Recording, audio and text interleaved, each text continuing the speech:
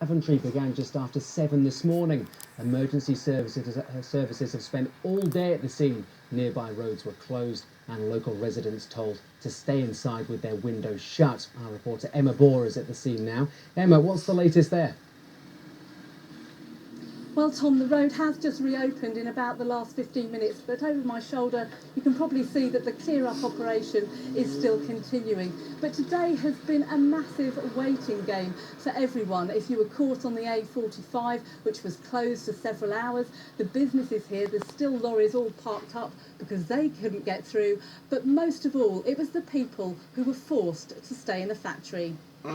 Out they came after 4 long hours, held captive by a cloud of acid. Just about gathering everybody together inside the premises before we brought them out, really. So, and then just explained to them what was happening. I think when they walked around the corner and saw the scale of the operation that was involved, I think that some of them were a little surprised, but they all took it in good stead. Acid spilled out while it was being delivered, the first time for the company and its workers. The staff are very good, all in good health. There was no injuries at all. Everyone's been medically checked out. Everybody's been sent home and everyone's fine and ready to start work as soon as we possibly can. 2 police officers are now home from hospital. They breathed in gases from the cloud.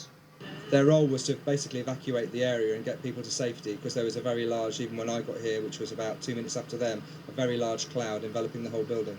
They responded quickly and we got as many people to safety as was possible, and I think that's the main thing. What was potentially a serious incident, the majority of people in the area and inside the factory have stayed safe. A burger van soon became an emergency kitchen. Just starting trading, normal day, then all of a sudden there's sirens with the police, ambulance and fire service everywhere. It was frightening there because we know a couple of the fire brigade lads, and they said you don't want to bring that stuff in. He says I go as far away as possible. It had a major impact on roads all around and businesses closer to the factory. For the staff, of course, we were concerned, when we're reading on the news early breaking that, toxic fumes could be inhaled. Then, of course, you've got to send staff home at that point. Got a skeleton staff come in this afternoon just to unload vehicles that need unloading today to be turned around for other jobs. Some staff had to wait hours to get back into the factory. Others just made their own way home. So that early shift turned out to be a long day for those workers, but it's had a major impact right across the country. I spoke to one man who was trying to get parts for Land Rover, and he said it was holding up the whole of the production line. Now investigations are going on to find out exactly what happened here. Tom. Emma, thank you. Campaigners